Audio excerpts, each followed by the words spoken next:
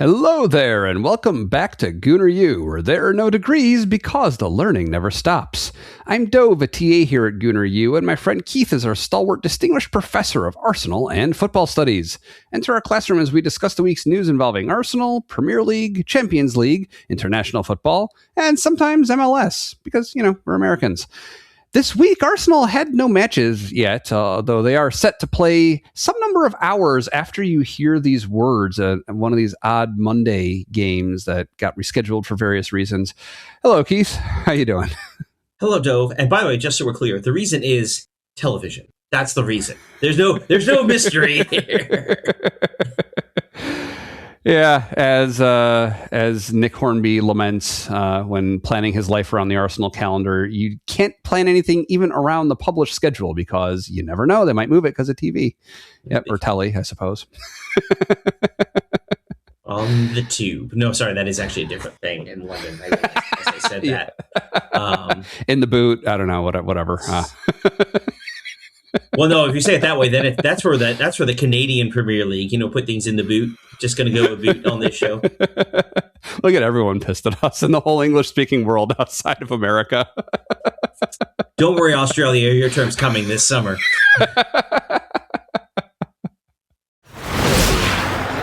This week, we are a news-heavy episode this week because they didn't play, so there's no match to talk about. And again, to reiterate, Burnley will have probably happened by the time you hear these words. So this is all recorded before that, so we are blissfully unaware of whatever result transpires. So blissfully, yeah, that's the word we're going to go with. Serenity now.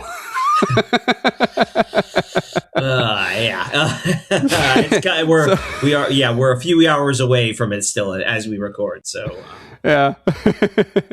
Well, kicking off our discussion as we record, this is Sunday, and yesterday is Saturday, the 16th. I had to peek around to find the right angle to see my calendar. Manchester City defeated Chelsea 1-0 to win the FA Cup for how many times in Pep Guardiola's tenure? I don't know and don't really care. Congrats, I guess. I'm only disappointed, in all honesty, that the game did not go to extra time. Unfortunately, apparently finished in a rather tidy 90 minutes. Chelsea was able to. Well, I don't believe they've officially announced it yet, but Chelsea has. It's been relatively confirmed that Xabi Alonso will be taking over as Chelsea manager at the start of next season. Most recently, rather crashing and burning at Real Madrid, but before that, of course, had been the manager at Bayer Leverkusen on their unbeaten season. So, okay, I'm at the point now where I know most of the names of most of the managers, but they move around so much, I'm not always able to remember which club they most recently managed for. So, thank you. Yeah, I mean, it really is. There's going to be that group of managers that just Nuno Espirito Santo probably like the easiest reference of that. I think he's only done 2 clubs this season because he started at Forest, he's at West Ham, but I feel like he was a third somewhere in the middle of that. Or maybe it was just Forest that's had like 4 managers this year. Yeah. Or Spurs, and they're 4 or 5. Chelsea. Yeah, I mean, there are some that just kind of churn through managers. Managerial merry-go-round. Mm-hmm. Yeah, but bringing it back to Arsenal a little bit, we had some injury updates, right? What's going on with Ben White?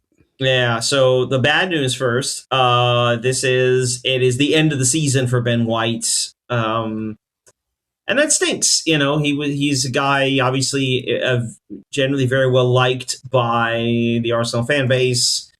Somewhat less so with the wider English soccer sphere, but who cares? He's ours, and we love him. Unfortunately, as we saw the injury he picked up against West Ham last weekend, the good news is that he will not need surgery.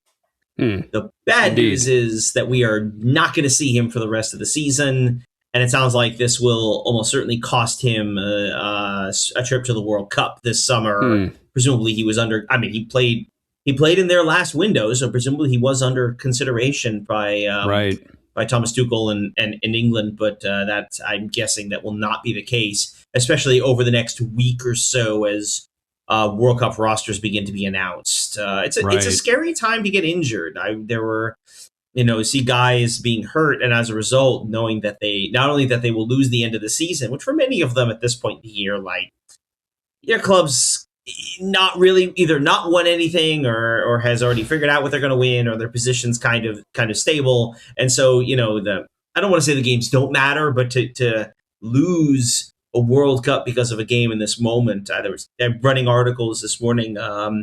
Two Americans got injury scares. Brendan Aronson with Leeds, and then Chris Richards at Palace. Apparently, Richards came back into the game. He was taken off for treatment, came back on, and will be fine, which is good because from the American perspective, he is an important player. Aronson is certainly depth in the midfield, but I think we could survive without him. But you're at that time of the year where those injuries are really going to play a role in how the World Cup goes. So obviously, especially disappointing for Ben White, given that he didn't play the last time around just because of personnel conflict. So he was probably hoping that this might have been his chance. It stinks. Yeah, he's I believe he's 28, so this is really kind of the sweet spot for him in terms of his age and whatnot. Mm-hmm.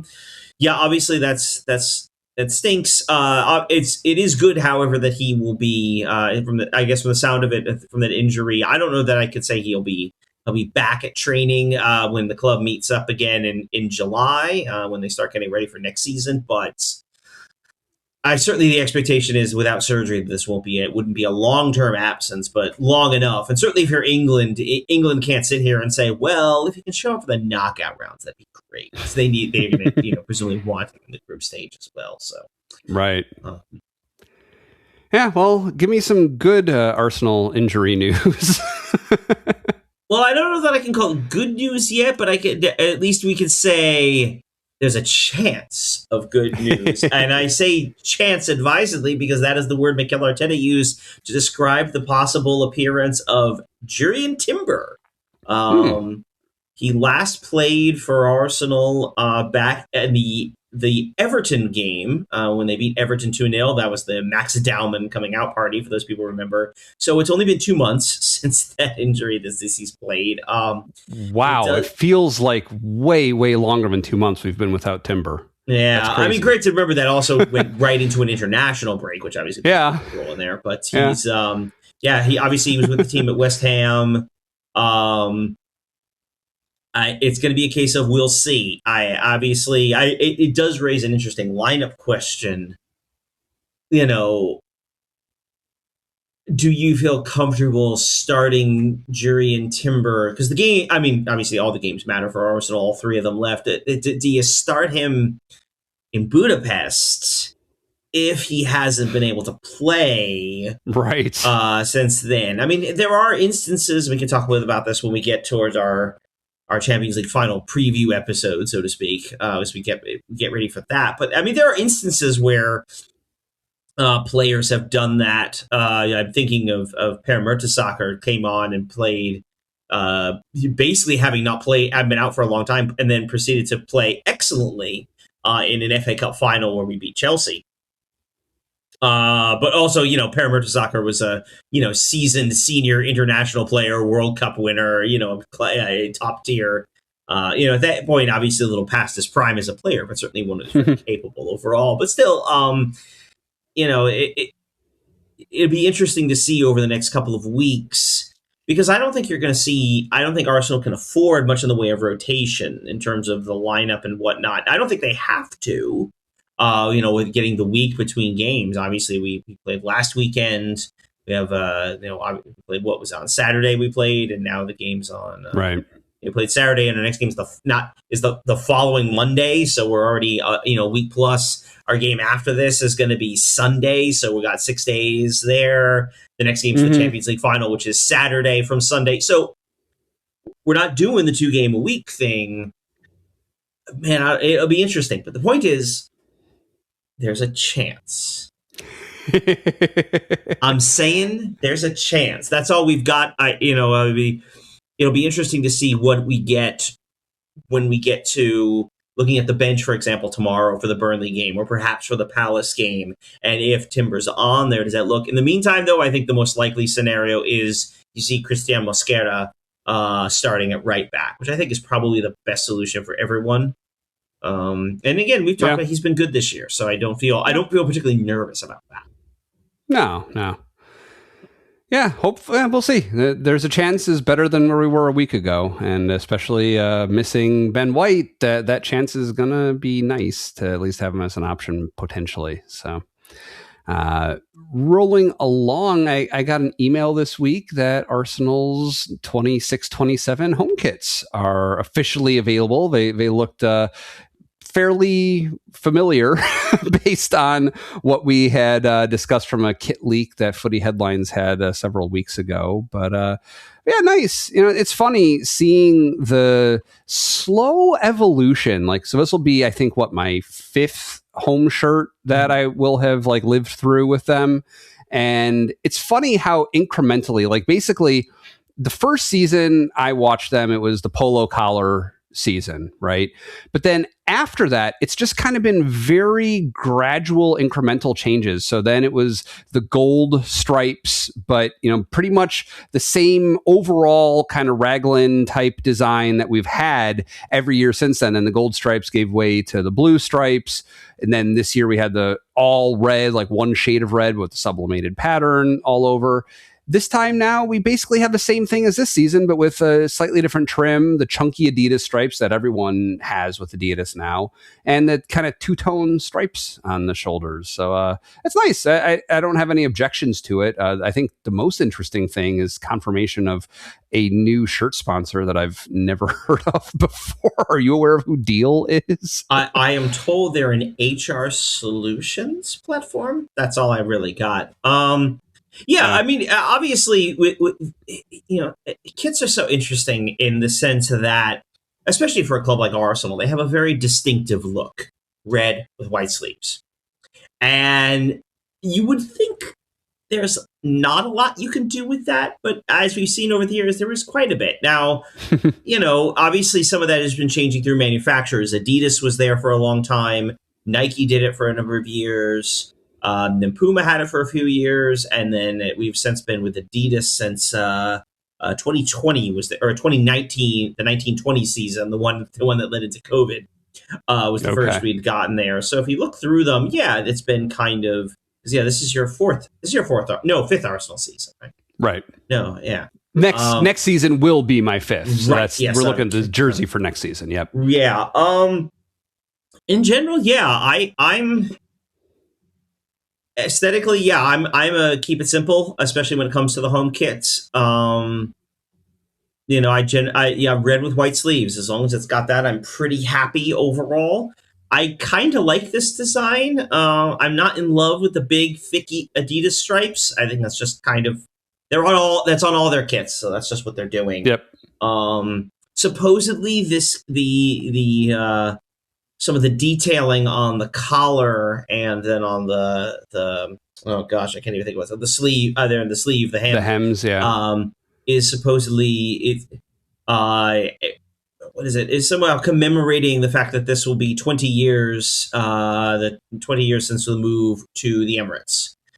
Interesting. We are 20 years on from the final game at Highbury, which was right around this time. 20 years ago, which is kind of wild because I remember that. I've been watching Arsenal for 20 years now, I guess this is technically my 21st season with Arsenal. Wow, yeah. So now old enough to drink in America is my Arsenal fandom. But yeah, I think we can't quite call it an evolution, right? Because we really have just seen sort of different versions of the same design. I guess I have to say, I think of the. I'm just looking back at the ones over the years. Certainly, of the Adidas ones, Adidas has generally been very good in terms of what we got for them. I think I like it. I don't think I like it. I do like it. I realize I'm wearing a Puma kit, but I didn't like a lot of the designs they had during the Puma era. Nike was hit or miss. The good Nike ones were really good, but they had a couple in there that were just woof. Yeah.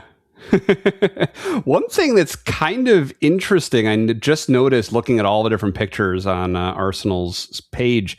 So I'm looking at the shirt pictures, but some of them show like kind of the whole body, or they show like a 3/4 view. What's interesting is the Adidas logo on the short. So the short front has a monochrome Arsenal crest. That's the inverse of what's on the shirt.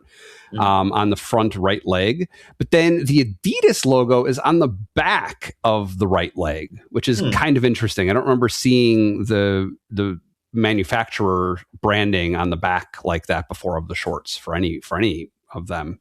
So can't say I noticed that. Interesting. Well, I'm sure there's some reason for that. But yeah. This also is not customized with the number on the front either that I'm looking at, which maybe the number will be bigger on the front and they made room for it by not having the Adidas logo on that same leg. I'm not sure. I don't know. Yeah, I guess that'll be interesting on that. I guess if there's one thing that I'm a little kind of intrigued by or kind of thinking about, they went with the negative image crest. So it's just all in red and white, the crest. Yeah. But it's interesting because you see the club's branding has moved more and more towards just the cannon. And the point of reference for me, that kind of point of comparison for me is Liverpool, which I mean has their full crest is fairly ornate with a lot of intricate designs, evocative of some of the gates around Anfield and the flames for the stadium disasters and commemorating the victims and all that. But they moved away from that in the last few years, and it's basically just been the Liverbird. And so I'm kind of, it feels like we're closing in on that moment where Arsenal might just go just full cannon, which would be very retro, but. Yeah, I don't know about that, because if you remember, it was 2 years ago was what they called the year of the cannon, right? And that was when all three of them were all the cannon logo. And then they backed away from it. And now it's like our second and third kits will sometimes, I think maybe both of them this season have just the cannon.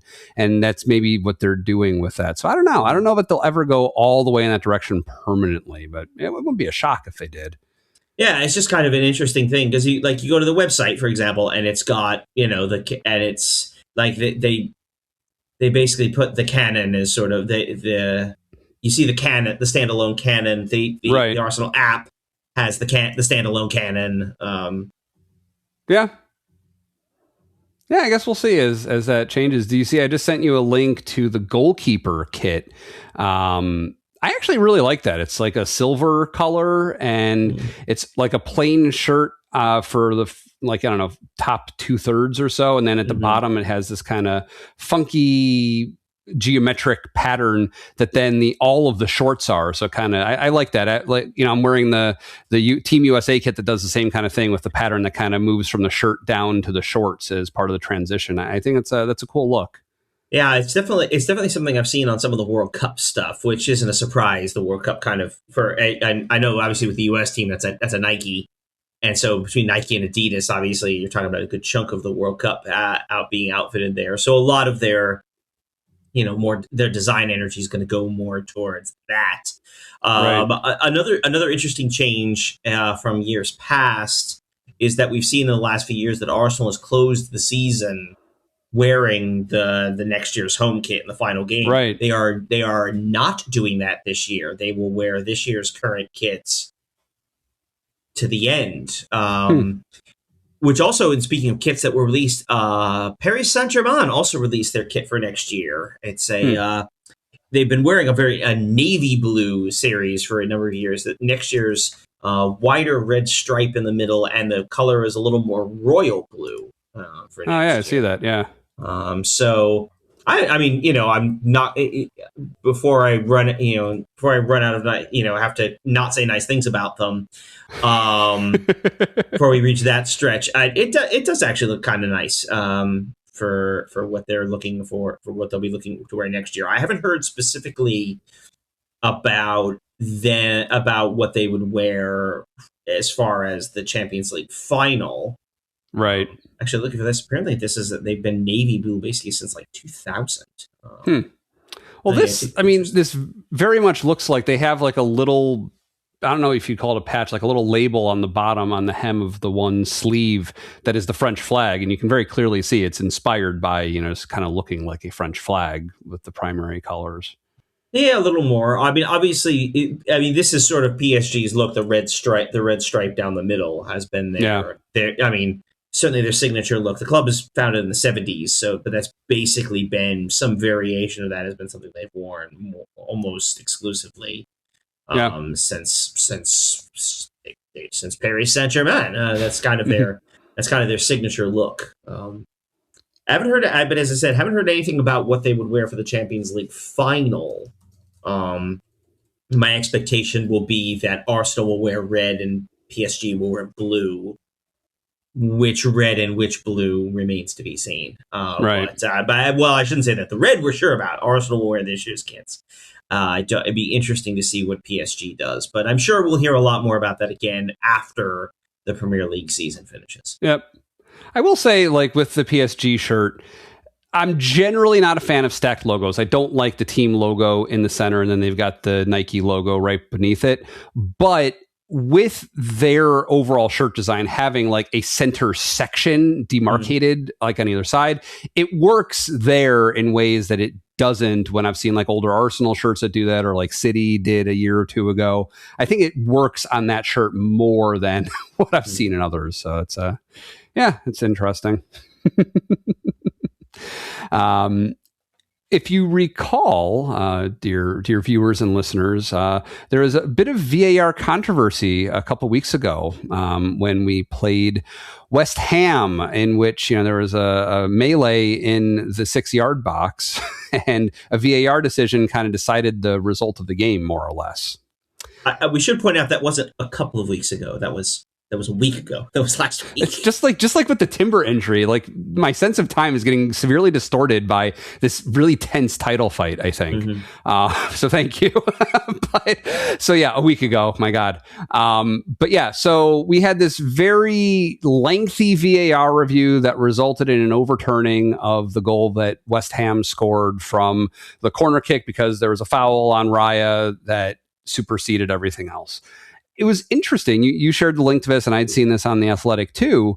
They shared the audio that was recorded between the VARs and the VAR, the assistant VAR, and then what they said to the on-field official. And it was interesting. Like, I don't think any one thing that they said is shocking or revelatory, but it's kind of cool getting that peek behind the curtain, Yeah, I think there's use in this sort of thing in terms of like understanding the process they go through. So I think there's two kinds of criticism that you generally have seen of VAR. A lot of it is particularly outcome driven insofar as, and let's be honest, some of this is obviously very much because Arsenal got the benefit of a decision, and this is affecting Arsenal's position in the title race. Let's be honest with ourselves here. We know what this is. It's pot stirring. And a lot of frankly dishonest things. So there's no foul there. Stop it. Just stop it. But I do think there's room in areas for the criticism of VAR, but I think you have to go in with an understanding of the process they use to come about those decisions. For example, you'll see a lot of commentary about a number of fouls taking place in the box. And it's true. There was a lot of grappling, a lot of contact. We talked about Declan Rice was tackling somebody. Like that, things are all true. But you can see there how they're prioritizing the keeper. There's a conversation about what came first, what didn't. I mean, the keeper takes priority. Protection of the keeper takes priority in this case, and that's definitely what they're looking at. And obviously, I think because of the nature of when in the game it took place, when in the season it took place, they're obviously, I think, being a little more careful. When they mentioned like, oh, well, they didn't look at this. Actually, fouls by certain players. Actually, they did, and the referee said, that's nothing. We're not doing that. Come on. Right. It is kind of interesting to sort of get that, and there's a lot of things about the way this sort of gets played out. This all was released in part of apparently it's a program in England called Mic'd Up, where they talk about referees and the PGMOL head Howard Webb. They talk about controversial decisions from the week, and it kind of always generates a good deal of conversation, which is really arguably the point of all of this. Yeah. But, it is kind of interesting to sort of see them like actually get to sort of see that. And I think it does kind of, again, a lot of this is internet commenters, so I don't want to give it too much credence, but does, I think, burst a couple of bubbles or theories about what was they were looking at. No, we know what they were looking at because we have them saying what they were looking at. Right. No, that shifting the conversation is clearly one of their goals in releasing this. So yeah, no, it's good. It's interesting. There was other VAR news though, apparently. So I didn't realize this because I didn't watch the whole match. I don't even think for that one I saw highlights. I did see actually some of City playing Crystal Palace a little bit toward the very end earlier this week. But so when they played Everton last week, and this turned out to be the 3-3 draw that they had against, or was this last week or 2 weeks ago? Who knows? What is time? This was, yeah. But they drew 3-3 against Everton, which was their drop points that have given us the advantage and the ability to control our own fate for the rest of the season, or at least until the Burnley match that we haven't seen yet happens. We'll see how that goes until we choose to forfeit our fate. But basically, there was apparently a controversial penalty non-call that favored City. City was about to have a penalty given against them, and it didn't.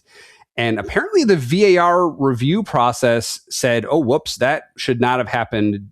Coaches, teams all over the country, do not take this into account in your training. We don't want to basically encourage continuation fouls is what it sounded like, basically, that the contact continued into the box should have been called by the VAR and or the on-field official after being called to the screen, and wasn't. So that stinks because that happened when Everton were 3-2 up before Doku scored the late equalizer there. This could have completely changed that. We could be looking at a much different top of the table result right now. So yeah, I mean, I don't want to.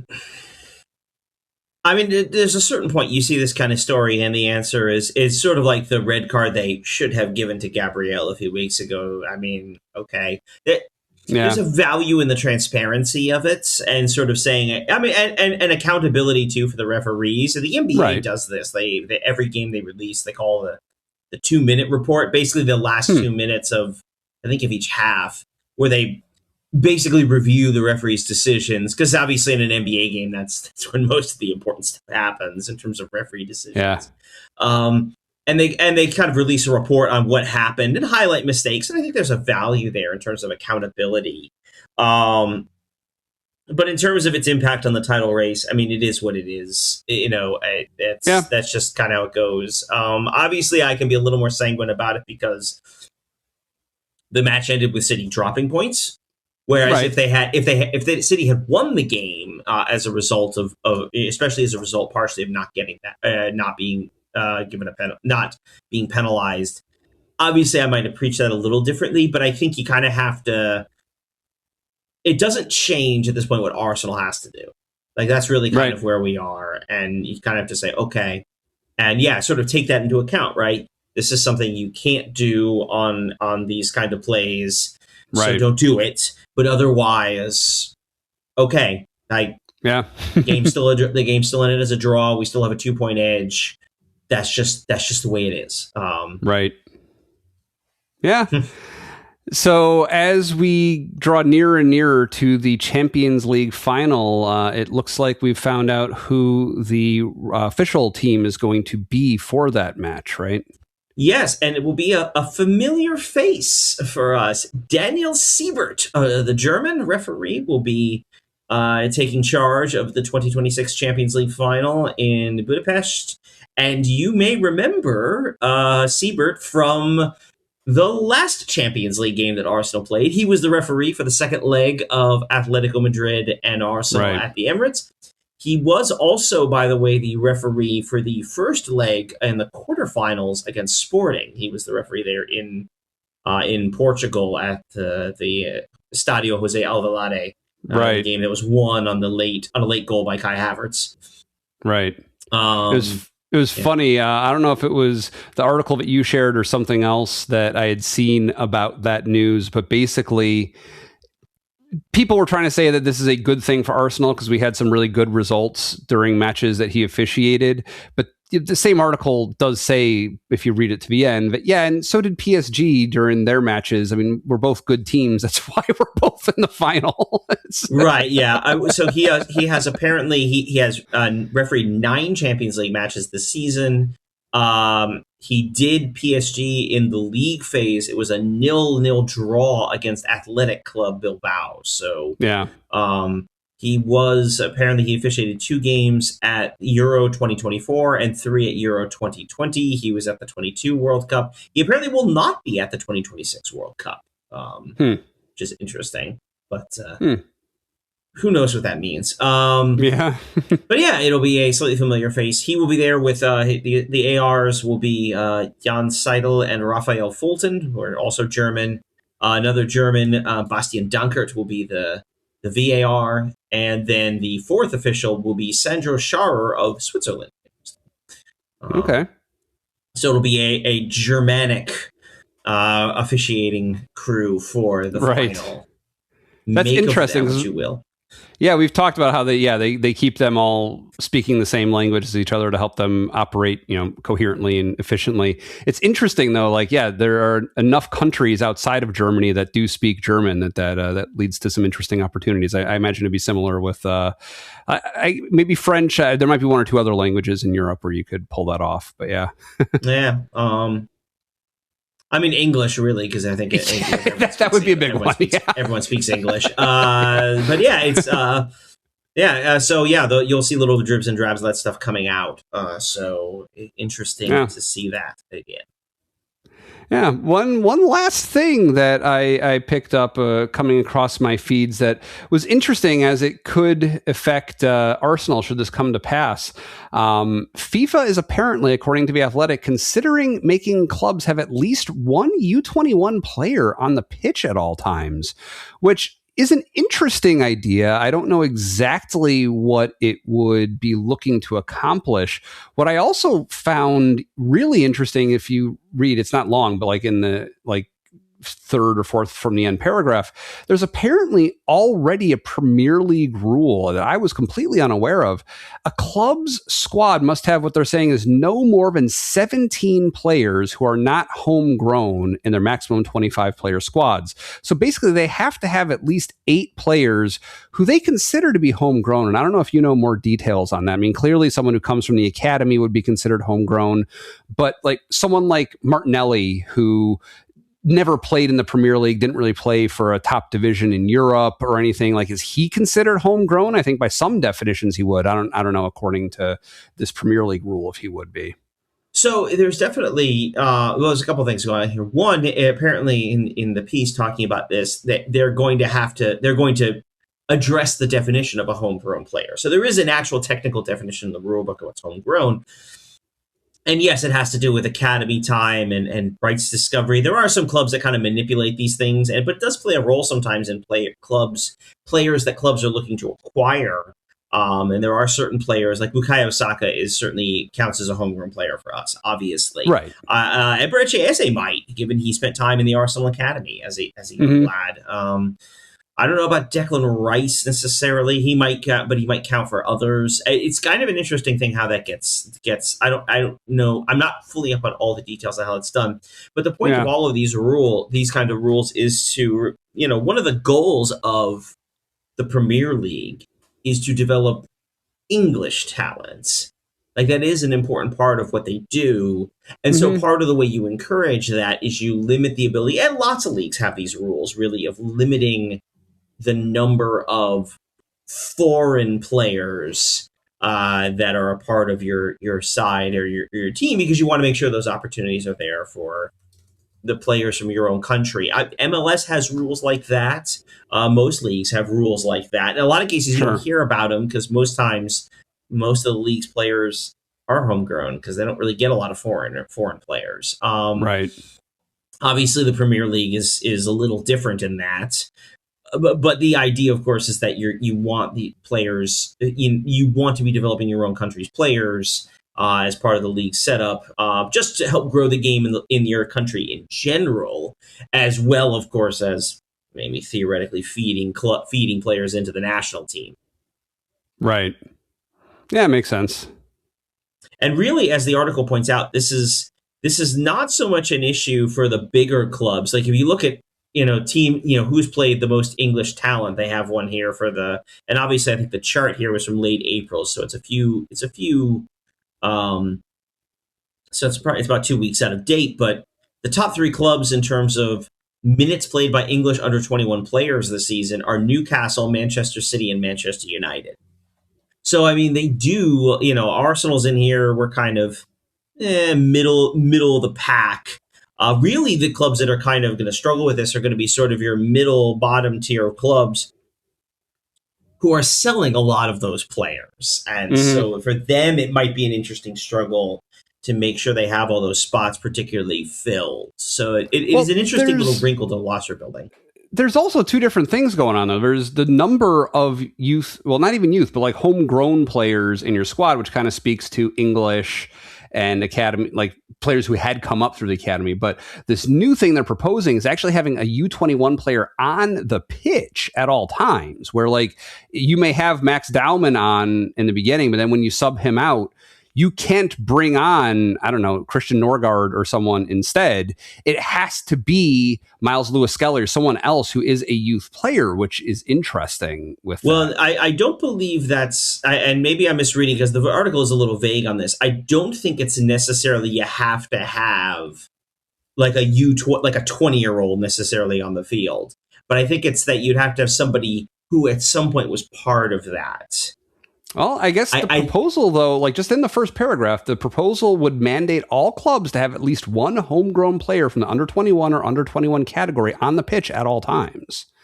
So that's separate from the current rule. The current rule has to do with homegrown players and how many of them have to be on your 25-player squad. But this is a new thing that would say, okay, and one youth player essentially has to be on the field no matter what. And that definitely would disadvantage, like, teams that were just promoted this season who are doing everything they can to field a competitive squad to like force them to have a youth player, but they don't feel is ready. Like that. I don't know, that would be tricky. Yeah, maybe. Again, we just have, all I have on this is this one article, this one athletic article. And it's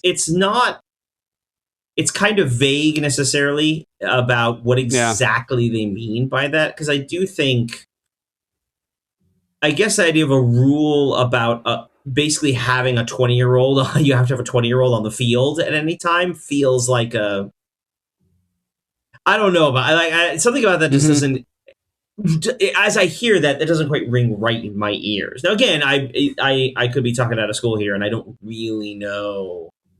It could also be that this is ill-conceived and won't get approved. Well, no, the way they're talking about it, way they're talking about it is that it's already gotten a lot of positive review from, what would we say, from the stakeholders, because FIFA's proposing the rule, but you've got the confederations, the continental confederations, and then of course within them their members, their football associations. So there is some. And again, of course, FIFA, targets the World Cup. FIFA is much more interested in, the international game. And so for them, obviously, the development of young players to set you up for that. Whereas, and that's where the individual football associations, like the English FA, cares about developing young English players in the way that the Premier League isn't going to care about as much. Mm-hmm.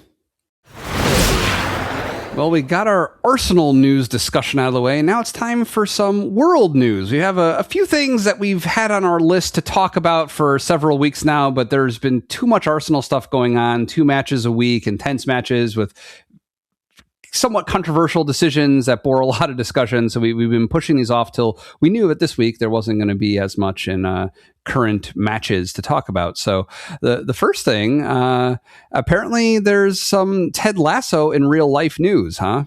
Yes, Cristo Fernandez, who I'm sure many of you more commonly know as Danny Rojas. The golden retriever character in the human golden retriever. Fútbol is life. Turns out football is real life. He has signed a contract. He was a youth player, a professional player before moving into acting, and has signed a contract with El Paso Locomotive in the USL. So he will be playing here stateside. So I mean, out in the West Texas town of El Paso. Well, yeah. Actually, city. El Paso is actually a decent sized city. I am quoting lyrics. Yeah, I know. Back then, it probably was just a town. I'm sure. Yeah, he'll be there playing for them. I think he says 35. I think is what he said. So he's definitely on the older side as far as a player goes. But hopefully he's able to have a few good moments with El Paso, kind of, live out that little bit of that professional's dream. And good luck to him there. I don't believe El Paso's coming anywhere near Houston anytime soon, so I doubt I'm gonna go check that out. But El Paso, just for everyone's geographic reference, yes, it is in the same state I'm in Houston. Having made the drive, I can confirm this. It is a 10-hour drive. So, no, I will not be going out to El Paso anytime soon. I think I remember some members of my family, my father and my sister, have driven from the Dallas area out to LA, and the halfway point in that drive was in Texas and probably not too far from El Paso. I'm pretty sure it is El Paso, which is wild to think about. Of course, again, I grew up on the East Coast where you could do 6 states in that same time frame, depending on where you started. So World Cup has brought about some FIFA rule changes, and apparently one of these comes from, I guess, the expanded format of the tournament is motivating this. What's going on with card suspensions? So FIFA has changed the rule on yellow card suspensions, and so basically what's going to happen is at the World Cup, if a player receives a yellow in 2 different games, then they have to serve a 1-game suspension. In previous tournaments, there had been an amnesty point after the quarterfinals, where after the quarterfinals, all the yellow cards were wiped clean, and everyone started at 0 yellow cards, at least in terms of adding up to a suspension. What it meant was that a player could not be suspended because they picked up their second yellow in the semifinal, so they wouldn't be suspended for the final. Now, if they pick up a red or a second yellow in a game, so a red, obviously you're suspended for the final. That doesn't change. Yeah. But the idea was that you would go through your 3 group stage games, around of 16, the quarterfinals. As long as you didn't pick up 2 yellows at any point, you could play all 5 of those games. Now, the expanded World Cup has 3 group games, has the round of 16, quarter, semis, final, but also, remember, has a round of 32 in the knockout round. So there's actually the champ will play 7 games instead of 6. So what they're going to do is the knockout phase, they'll keep the amnesty after the quarterfinals. So if after the quarterfinals, the yellows will be wiped clean. They're still counted for statistics' sake, but in terms of worried about a second yellow and a suspension, that goes away. That will be the second time in the tournament. The first time is going to be at the end of the group stage. So you're going to play your 3 group games. At that point, if you've only picked up 1 yellow, you're now back to 0 again for the round of 32, the round of 16, and the quarterfinals. At that point, you then get running out of words. At that point, you then would get cleared again for the semis and the final.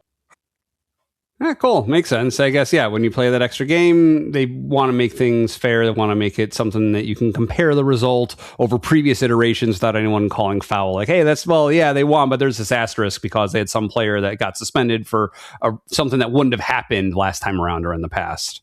First let me get the numbers right on this. It was 7 in the previous one, 3 group games, 4 knockout games to win the World Cup. 8 will be the winner will play all the semifinalists, because there was a 3rd place game for the semifinal losers.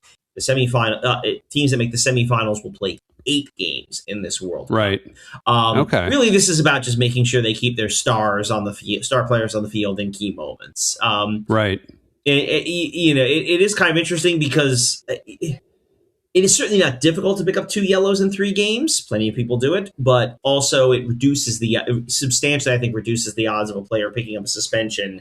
And then you have a case of a player missing a critical quarterfinal game, which obviously is got to win a quarterfinal to get to the semifinals. So, but yeah, I think this is mostly to limit those kinds of suspensions. Again, if you get a red card, you are still suspended for a game. That doesn't go away. But in this case, you're wiping out the accumulated yellows that would happen over the course of several games and a suspension because of that.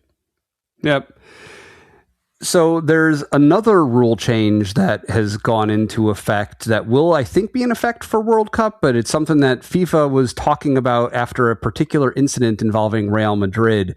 For anyone who's listened to the podcast, I've been covering my mouth as I say these words to Keith so that no one can read my lips, ignoring the fact that I'm mic'd up. So what happened to Vinny Jr. and what resulted in this? So this comes back to the Champions League. This was, I think, the round of. I think this was the first playoff round, first playoff round, not the round of 16. An incident between Real Madrid in the game between Real Madrid and Benfica, Portugal. Portugal's Gianluca Prestiani was alleged to have made a racial slur when speaking to Vinícius Jr., Vinny Jr., which, Vinny Jr. has been very vocal about this. He has faced a fair amount of, certainly has talked a lot about facing, a lot of racist commentary from fans, from other players. Clearly he said something at Vinny Jr. took incredible insult towards. And part of what's being surrounding this is, of course, you want to determine what was actually said. And you can't tell that in part because whatever he says, whatever Prestiani says, he does so by covering his mouth. So you can't do the lip reading. So now, just so we're clear, this does not mean, I should say, actually, as I see the picture, it wasn't that he's covering his mouth. He's actually using his shirt to cover his mouth. Right. But now we see this a lot. Look, anytime you see 2 players standing over discussing a free kick, for example, you always see them doing this. Managers do this all the time. So baseball players use their mitts. Yeah. Right. Baseballers do that. I mean, NFL coaches use the big play sheet in front of their face. Yeah. This does not mean that if you talk behind your hand, you're going to suddenly get a red card. But in an instance where something has happened, it kind of moves that presumption of innocence. If you're covering your mouth when you're talking to somebody, like an opponent, because if you say it to a teammate, I don't think that's really what's going on here. But if you're doing that while talking to an opponent, or perhaps a fan, maybe in some far-fetched scenario or something, Well, I mean, I guess, if you're talking to fans, that's kind of a problem in and of itself. Well, if someone calls something out to you and then you say something back and you're like, I guess if you're covering your mouth, they probably won't hear you in the first place. But yeah. Now, granted, this is the discretion. So this is the law change. This is from the IFAB. At the discretion of the competition organizer, any player covering their mouth in a confrontational situation with an opponent may be sanctioned with a red card. Because you will see plenty of instances where 2 guys on opposing teams are standing next to each other and doing, saying this, and the other guy, they're telling jokes, and maybe they're club teammates and they're having a laugh at something else is happening, but it's in this case, obviously, because of the reaction that it gendered, and this is all part of, I think, certainly an effort to get some of the sort of the worst elements of offensive commentary out of the game. And I know you and I know the difficulty of policing language and how difficult that can be. But at the same time, I mean, there's obviously an instance where this has been an ongoing issue, certainly surrounding Vinny Jr. And I suspect a number of other players. He just tends to be very vocal about sharing what's been said to him and what's happened. And it's interesting. Prestiani is you kind of hear that name. I think that's an interesting. Gianluca Prestiani sounds Italian, right? He's actually Argentine, and I believe was chosen for Argentina's roster, even though he will be suspended for a couple of games. I think the first 2 group games of the World Cup. Was it as a result of this incident? Yes, this was okay. This was part of the. I think there were several groups that punished him as a result of what happened. Interesting. So yeah, interesting choice in all that. So, Yeah. but yeah. So in other words, just there's always just play nice out there. Play nice out there. If you wouldn't say it in front of your mother. And really, the answer is just be Zidane and just use your head to slam it into your opponent's chest instead. Anyway, make the red card easy to call, right? Well, yeah. Make sure. Listen, if you're gonna get a red card, make sure you deserve it. That's all I'm gonna say. On the topic of Argentine internationals, I came across something on Netflix. So I've been watching some stuff. I've been actually catching up on Stranger Things with my son, who's gotten really interested in that. And we were on Netflix. We also now, because of watching The Mandalorian and Grogu this coming weekend, decided to try and watch 2 seasons of The Mandalorian and the Book of Boba Fett in the next week. And we'll see how that goes. That's a pretty extreme binging schedule we have ahead of us. But you mean season 2.5 of The Mandalorian? I told him that, and he's like, no, but it's Boba. No, trust me, if you watch it, yes. If you're watching all the Mandalorian stuff, you need to watch the Book of Boba Fett in between 2 and 3. Exactly. I've called it that myself. But anyway, so while doing Stranger Things, before we took on this mission, before we accepted this mission, I saw on Netflix, there's apparently going to be a new documentary coming out May 28th, so it's about a week and a half as we record, focused on Emi Martinez, Argentina's, I would call him their number one, although he does wear the jersey number 23. Yeah. But yeah, Argentina's goalkeeper, he's the keeper for Aston Villa in the Premier League, right? Yes. And so this is a kid-focused documentary. It is called Emi Martinez, the Kid Who Stops Time. And it is partially animated or entirely animated, but it is something I'm interested in as someone who is raising a goalkeeper. And actually, when we saw Argentina play Chile a couple of years ago in Copa America, we actually saw Emi Martinez play in person. So that was pretty cool. This is on our radar. I will report back after we see it. Although it's toward the end of the season, we may have a lot of Champions League final stuff to talk about by then. Who knows? But it's something we're looking forward to. Looks interesting. Yeah. I don't know. Hey, look. If people want to watch, go right ahead. I was about to say it was an interesting transition from people who say insulting things to Emi Martinez. But you kept it classy by referencing that he's an Argentine. Good for you. Wait, so hold on. Is there something controversial about what he has said before? He's a trash talker extraordinaire. That's the funny part of being kid friendly is he's well known for saying and doing plenty of things on the pitch that are not kid friendly. Okay. That's for Gooner U After Dark, I think, is when we have to talk about those. Yeah. Well, so I'll report back after I have more info. I'm sure this will be whitewashed to a large degree, given who it's aimed at. Well, yeah. I mean, yeah.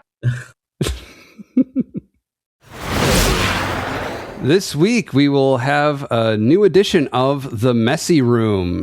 No particular Miami-specific news that we're going to talk about this time around, but there's apparently been a really significant rumor about the departure of one club from Canada to the auspices of the United States. You want to fill us in?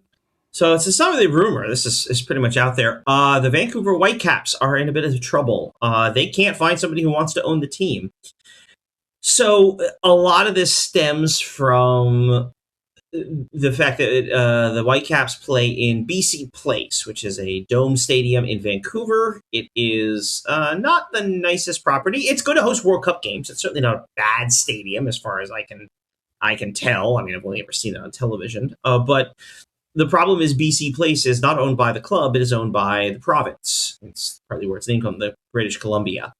And so as a result, the Whitecaps draw very little revenue, if any at all, and in fact probably pay them to be there. The current ownership group doesn't like that arrangement, which I kind of understand, but it's very difficult to build things in Vancouver. And understandably, I think the province won't necessarily want to give up the revenue they're getting from BC Place. And so as a result, they've been trying to sell, the ownership group has been trying to sell and apparently has not found an interested buyer in Vancouver. I want to be careful about any sort of blame on here. Obviously, I think that, you're talking about the club ownership, you're talking about the provincial governments, you're talking about perhaps the city government as well. Really, I think obviously the most likely, the only real losers in this are going to be the fans. Vancouver Whitecaps is a club that's been around for a long time, not just in MLS, but predates them back to the NASL. Certainly in the 70s, part of the classic Cascadia rivalry with Seattle Sounders and Portland Timbers. So we lose a little something by losing Vancouver in the league. And actually, it comes interestingly enough, right, as Vancouver's been going through as good a stretch as they've had in Major League Soccer. We talked about last year they were both in MLS Cup final and the CONCACAF Champions Cup final. They lost both of those, unfortunately, but they went deep in both those tournaments. I think they've won at least 3 or 4 consecutive Canadian championships. So on the field, things are going about as well as they could go. But off the field, it seems like they're going to have some difficulty. And the fans are talking about how they're fighting for the club. And I wish them luck. But unless they can find somebody who wants to own the team in Vancouver, I don't really know what you're going to do with that. The question of them, of course, then becomes, well, who would own them and where would they go? And right now, the leading contender, and in fact, a bid has been submitted for this, would move the club to Las Vegas. There is currently a USL team in Las Vegas, the Las Vegas Lights. They play at I think it is currently a soccer-specific stadium, but a converted baseball stadium. Hold on, I'll look that up. Las Vegas Lights FC. Yeah, they play at Cashman Field, which was formerly the home of the Las Vegas Stars, or the Las Vegas 51s they were a AAA baseball team. The current team there is the Aviators, who now have a separate stadium elsewhere. Although that's funny. That's my son's team name, the Aviators. Yeah, well, by the way, they're probably going to lose that team when the Athletics, formerly the Oakland Athletics, move to Las Vegas in 2028. Okay. So anyway, lots going on there potentially in Vegas. Certainly, Vegas is a sought-after market for a lot of reasons. So it's a rapidly growing area, has a fairly large population, plus, of course, a fairly large tourist population, right, which can usually be relied on to buy tickets for various and sundry events around the city. By the way, we should also point out, because I'm scanning through the article, reminding myself, the Whitecaps lease at BC Place expires at the end of this year. So that's partly what's driving the current state of decision, is that technically at the end of the season, they don't have anywhere to play. And I probably don't want to sign a lease without some substantially changed terms with the province and the city. Yeah, it's hard to say. A lot of the Vegas stuff is still very sort of conceptual. Apparently, there's one group of investors that's talking about a 50,000 seat stadium on the Strip, which no, it's just not. it doesn't make any sense. But yeah, it's. I think it would be a shame. It would definitely be a shame to lose the Vancouver Whitecaps, but it's the unfortunate part of the business side of this, is that without a buyer, without somebody who's there, without, I guess, substantially changing the circumstances of being, what it means to be the Whitecaps, somebody has to own the team. Somebody has to be able to sink their money into it. And right now, it doesn't look like that's an option. Obviously, fingers crossed that that's the case. I'm sure ideally MLS would not move Vancouver, but instead potentially award an expansion side to Vegas in the relatively near future, because then, of course, they'd have to pay a giant expansion fee. But I think that'd be everyone's preference in that regard. But it does not look good for Vancouver at the moment. Obviously, fingers crossed to see, but potentially when they make the shift to the calendar shift to the European schedule, the fall-spring calendar, it may not involve the Vancouver Whitecaps, which would be sad. So I do hope if they do move that they change the name, because it's going to be like a Utah Jazz type situation if they move to Las Vegas. Yeah, so the Vegas Whitecaps would be an unusual name. Yeah. And not the first in American sports history, but yeah. I mean, the Utah Jazz are probably the most famous one, although Los Angeles Lakers and Los Angeles Dodgers are both kind of fascinating historical bits. But that's neither here nor there. Yep. Well, while we're on the topic of stadiums, stadia, apparently we have some news about where Chicago Fire is going to call home beginning with that 2028 season, which apparently they're loving it. It's going to be the first stadium for McDonald's to give their name to, huh? Well, as far as I'm aware, that's interesting. I guess I had known that the Fire were looking to build, so that was a big deal a couple years ago when they moved out of where it was their old stadium was in Bridgeview, Illinois. I don't know the Chicago area that well. Yeah, they've been playing in Soldiers Field apparently, though. Yeah, they recently moved back into the city of Soldier Field, which is where they played when they first started. Back into the late '90s. Yeah, apparently the new stadium will be called McDonald's Park, which is kind of a fun name. But yeah, the renderings certainly look nice, but then those always look nice. Set to open in 2028, which will make them a year after the 2027 Etihad Park, which is New York City's new place. Obviously, Inter Miami's new stadium just opened. Yep. Apparently they won their first game there today. So there's your Messi connection for the day. Apparently they finally won their first game in the new stadium. Certainly it's kind of neat to see the soccer-specific stadium developing, growing. Yeah. Looks like this is going to be somewhere, and again, on the South Loop neighborhood on the riverfront. I am not as familiar with Chicago geography in this regard, although looking at the rendering, I can see the Willis, formerly Sears Tower, in the distance. So obviously it tells you a little bit about where it is. Yeah. Yeah, it's interesting. I think the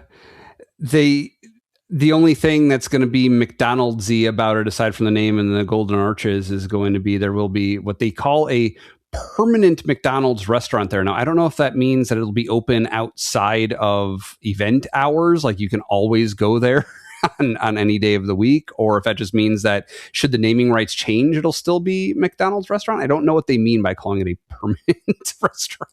Well, that's kind of what I think they mean is it's a restaurant that exists. Like you can go in, you can order, you could probably sit there, and it'll be open regular restaurant hours, as opposed to a kiosk or within the stadium, or I don't want to say a booth, but you know what I mean, like a regular concession stand within the stadium. Yeah, exactly. Yeah. So yeah, that's what I think it means. Of course, yeah, that makes sense. We're still top of the table, baby.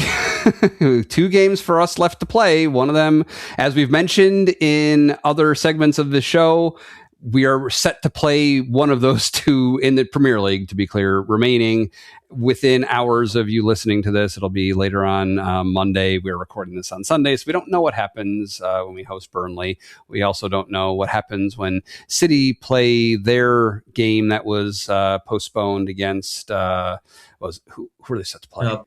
Bournemouth on Tuesday. Bournemouth, that's right. Yep.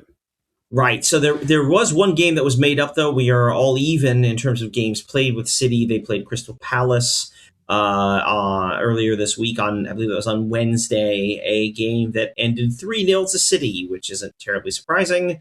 I believe I said specifically on the show that City was going to win that game, which means that Arsenal cannot win the title tomorrow, Monday, against Burnley. If they win, however, then they would win the title if City were to then drop points in the Bournemouth game on Tuesday. If City wins that game and Arsenal wins their game, then they would have, if Arsenal beats Crystal Palace on the following Sunday for the final day of the season, then Arsenal would win the title. If City drop points, obviously, either the Bournemouth game or in their final game against Aston Villa, then also if they drop points anywhere, that would also give Arsenal a title with at least one win. So, right, not a lot of permutations left to the way this one plays out. Also significant to me was they won by the same margin that we had won by a couple weeks ago, 3-0. So we're not winning on goal difference either. Like if we drew against Burnley or Palace, it's not looking good to me as far as like outscoring City, but you never know. We have Burnley coming up. You never know how it's going to go, but I'm not super optimistic about that. We just need to win. Well, yeah. I mean, right now, in terms of the goal difference, real quick, Manchester City is plus 43. We are plus 42. So we're actually not in terrible shape if it comes to goal difference. Obviously, I think it would require us to pump a lot of goals past Burnley tomorrow, and probably the same against Palace the following week, knowing that Burnley is relegated. This is our final home game, et cetera, et cetera.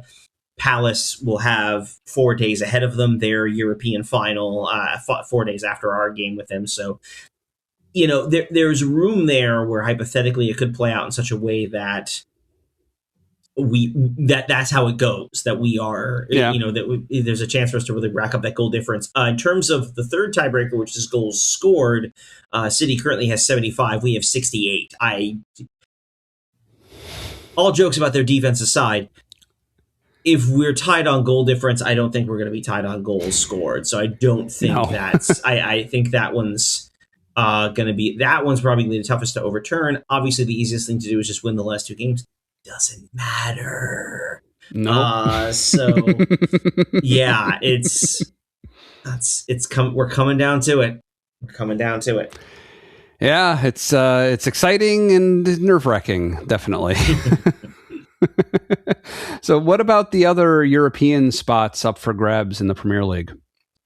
So right now we've got the top 4 teams have officially sealed their spots in Europe for next year. That is Arsenal, Manchester City, Manchester United, and Aston Villa, who are all set. By the way, as we record on Sunday, Aston Villa beat Liverpool the previous Friday, so 2 days ago. As a result, Aston Villa has clinched a spot in the top 4, clinched a spot in the not necessarily the top 4, but definitely in the Champions League for next season. Which, by the way, the top 5 spots in England are going to the Champions League. Liverpool currently sits in that spot, but they are 4 up on Bournemouth. Bournemouth, of course, has a game in hand, that game being Manchester City. So make of that what you will. Certainly if Bournemouth, I'm just going to do the math real quick in my head. If Bournemouth... I think Bournemouth would need to win against City to keep their hopes alive for that last Champions League spot automatically. Right. Another team, there's another bit in there. Obviously, Aston Villa has already clinched their spot in the Champions League. They could have done so as well by winning the Europa League final against Freiburg, is who they play there this coming week. Had they won that, they would also automatically be in the Champions League. As far as beneath that, however, so this is where it gets a little wonky, and I still haven't quite figured it out, because again, permutations. But currently the 6th place team in England, which is currently Bournemouth, although Brighton still technically alive for this, Brentford still technically alive for this as well. The 6th place team receives a spot in the Europa League. Also potentially receiving a spot in the Europa League is the Europa Conference League champion, which could be Crystal Palace if they beat Rayo Vallecano about 10 days from now in that final. So still a lot of potential moving parts. Manchester City, having won the League Cup and the FA Cup, has taken away those spots because they're definitely going to be in the Champions League next year. So there are going to be a lot of English teams in Europe once again next year. It'll be very interesting to see if it could be Brentford or Bournemouth pulling it off, or perhaps even a Sunderland still kicking around into a European spot. Rather amusing. Chelsea, though, currently sits 10th and will almost certainly not be in. It seems very unlikely Chelsea will be in Europe, missing out as a result of, among other things, losing to Manchester City in the FA Cup final. Although they have 2 games left, and one of them's on Tuesday against Spurs. So, yeah. It looks like West Ham hasn't quite clinched relegation, but it's really not looking good for them. Yeah, West Ham just took their third straight loss. They lost to Newcastle earlier today. As a result, they are 2 points behind Spurs with 1 game left. Spurs have 2 games to play. One of them, of course, is Tuesday, as we just mentioned. They're going to play Chelsea. And then they play their final game at home against Everton. So West Ham, meanwhile, will be home to Leeds. It doesn't look good for West Ham at this point. Spurs may well survive. They've been playing a little bit better over the last couple of weeks, so I guess that's relatively deserved. But oh well. Yeah. But yeah, that's it. That's it as far as the relegation fight goes. One of the two of them's going down, and Spurs are definitely in the driver's seat, but they are not safe yet. Right. Meanwhile, how's it shaking up in the championship playoff? Who are we looking at coming up in addition to Coventry and I'm blanking Ipswich. on the other one. Ipswich, that's right. So who else is going to join them?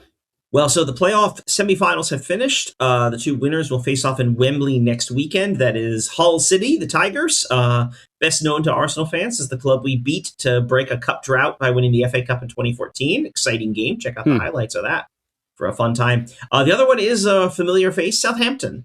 Went down last year. Well, let me rephrase that. Probably going to be Southampton. So their 2 legs against Middlesbrough got particularly contentious, in particular because I don't remember if this was before the first leg or before the second leg, but a member of the Southampton staff was very clearly seen. In fact, there's a photograph of him filming Middlesbrough's training session. Right. And it's just a guy standing next to a tree doing this with his phone. It's quite a picture. Yeah, I saw that. I mean, let me just ask you though, if he hadn't broken and entered, if this was something that was publicly visible, like from the sidewalk or something, is that breaking rules? Well, it is in a sense. I don't want to say breaking and entering because I don't know that happened, but he's certainly in trespassing or anything like that. And there are general rules about what you're allowed to do. Like, it's one thing if you're just sitting and watching. Like, if it's an open practice, okay, that's a thing. But yeah, these sessions are generally closed, and there are rules about this sort of thing. About I imagine Southampton's defense is going to mostly revolve around, this is a rogue person. We didn't tell him to do this. We never used any video that he took. That kind of thing. Yeah. It's an interesting place to be in. And Hull has complained about this too, because they now kind of have to sit and think about, do we prep to play Southampton or do we prep to play potentially Middlesbrough? Whereas if you're Middlesbrough or Southampton, whoever they decide, ultimately, whatever they decide, you're prepping to play Hull City. So Hull City's complaining about this too. That's rough, yeah. Yeah, that's why I suspect whatever comes down is going to be Southampton still playing Hull City. I think they're going to try to avoid the issue. Now, maybe there's a fine to Southampton. I could see in another context, maybe there's a points penalty or something. Yeah. Well, next season there would be. Right. Now, obviously, at that point, the easiest thing would be if they were in the championship again, and then you would just start the season with the points. I don't know how that would translate it by going into the Premier League if they win that, if they beat Hull. So I don't know. It is kind of a dicey situation to be in, unfortunately, for everyone involved. Right.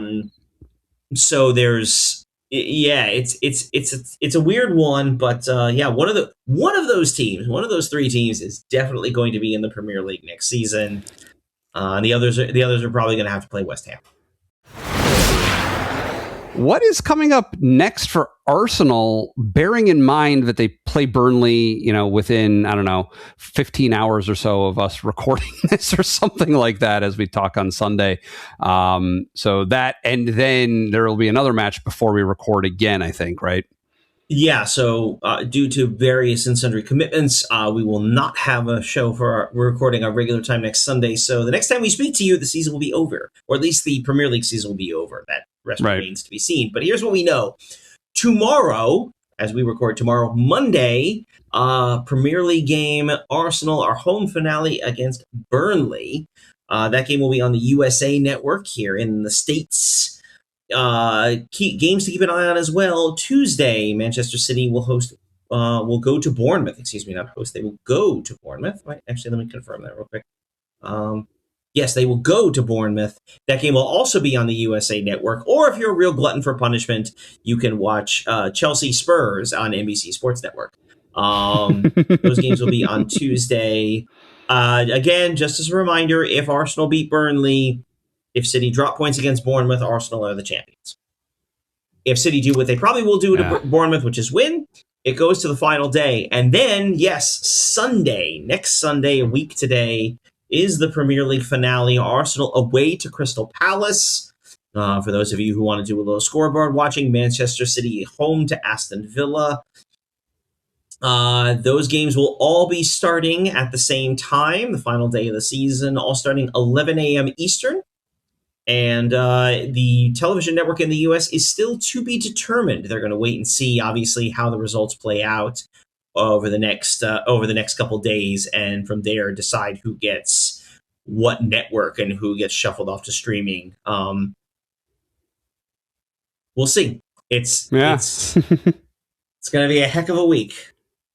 It works out well, too, in the U.S. It's Memorial Day weekend, so Sunday is like clear for us, no sports. Now, of course, as I'm looking at my calendar, I see that I bought a ticket for The Mandalorian and Grogu, where I would basically need to leave like as the Crystal Palace match is finishing to get to the theater on time. So I may have to move that because I didn't realize that match was at that time when I was buying those tickets. But yeah, you made you new tickets is all I'm going to say.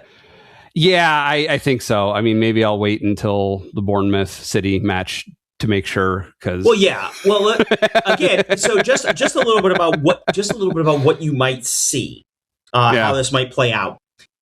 If Arsenal beats Burnley, this is again we're assuming the optimistic perspective. If Arsenal beats Burnley, then obviously that it'll be a big celebration. Obviously, because at the end of the season, big win, hurrah, hurrah.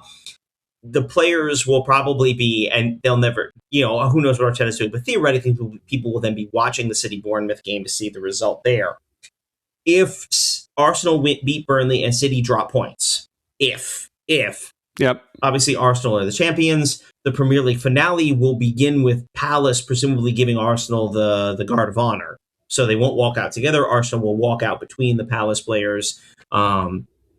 And then after the game is over, they'll have the trophy ceremony, and Arsenal will be presented with the trophy, and there'll be confetti and all that fun stuff.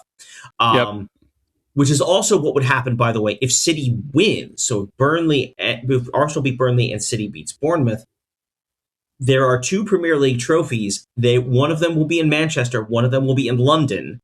And they will engrave it on site. To make sure that it's and have that thing. And so, I mean, this is I'm fascinated by the behind the scenes logistics of this sort of stuff. But they have two trophies. They'll engrave it on site, and they probably won't actually engrave it the day of. They'll probably just have it ready to go, and they'll award it to the winning team and then engrave it afterwards. But so that's what we're going to see over the next couple of days. The next time we speak to you, the audience, you out there in Gooner U world. Let's put it this way. I will have been very drunk at some point in the preceding hours. Whether that's a good or bad remains to be seen. We shall see. Thanks for joining us at Gooner U. If you're watching us on YouTube, you can also listen to the podcast of our show on Apple, Spotify, and some other places. If you're only listening, why don't you try watching us on YouTube with the link in the show notes. Your homework for today is to let everyone in your Arsenal friend circle know about the show. We have no advertising budget, so we rely on you, please. We record the show using Zencaster. If you'd like to try it out, you can support Gooner U by signing up using the link in the description, which also has links to everything we talked about and our socials. Again, my name is Dove, and you can find me on Twitter at DoveFrankel. With me, as always, is Keith, and you can find him in a pub watching Arsenal matches. With me now, Gooners. Breathe in. And come on, you Gunners!